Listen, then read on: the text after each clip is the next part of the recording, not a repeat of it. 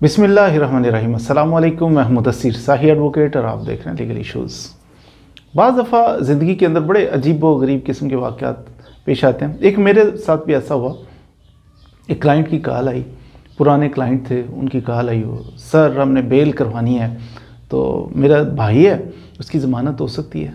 मैंने कहा आप डॉक्यूमेंट्स दिखाइए, देखते हैं अगर उसके क्या फैक्ट्स हैं, उसके केस के, एफआईआर कैसी है, क्या मामलात हैं, वो देखने के बाद बताया जाएगा आपको कि उसकी बेल हो जाएगी नहीं होगी, कहाँ से होगी।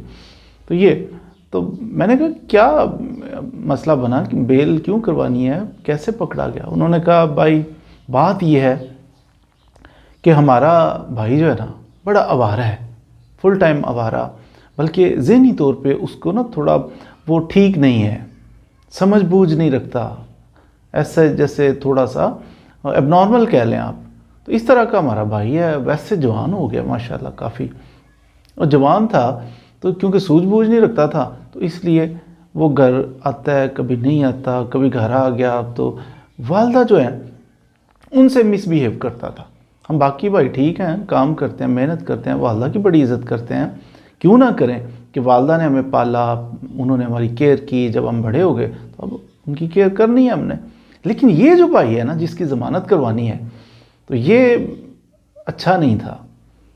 ज़हनी तौर पे चलो इतना वो सूझबूझ नहीं रखता था, आवारा था, कोई उसका नफ़ा ही नहीं था ज़िंदगी के अंदर। लेकिन कभी कभार ये क्या करता था कि वालदा को मारता था।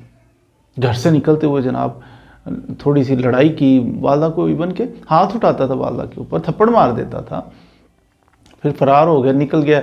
2-4 दिन बाद घूम घुमा के कहीं से फिर आ गया, फिर इसी तरह फिर पिटाई करता था। तो बूढ़ी माँ है, उसकी पिटाई करता था। माँ को तो तकलीफ़ होती थी जो होती थी, दर्द होता था, लेकिन हमें बड़ी तकलीफ़ होती थी कि हमारी बूढ़ी माँ की ये खिदमत करवाने के दिन है और ये जनाब माँ को मारता है, हाथ उठाता है, टॉर्चर करता है। तो हमें बड़ी तकलीफ़ होती थी, तो हम चाहते थे ये कहीं दफ़ा हो जाए, ये निकल जाए घर से।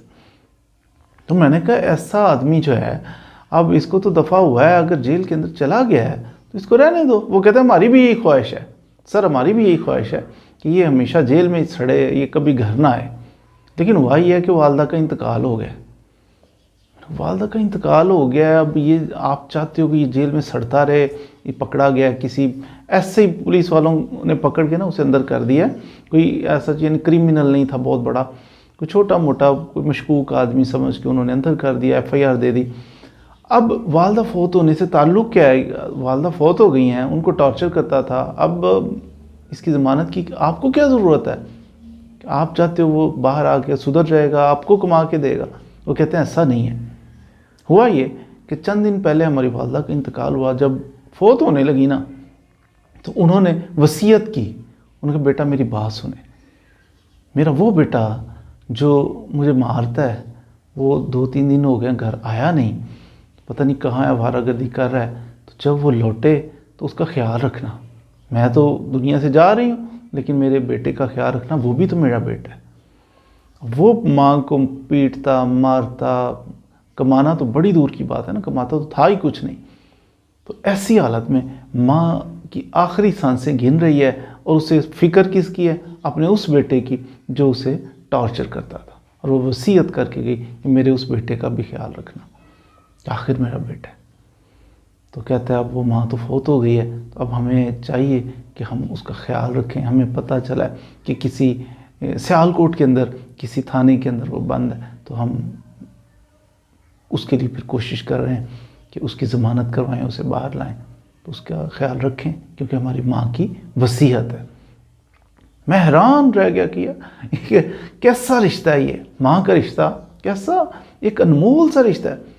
यानी बाज़ लोग कहते हैं नहीं जी पेरेंट्स को हमसे लालच होता है, पेरेंट्स तो हमारी जेब पे नज़र रखते हैं। ऐसा नहीं है। अब पेरेंट्स एबनॉर्मल बच्चा पैदा हो जाए तो क्या पेरेंट्स फेंक देते हैं?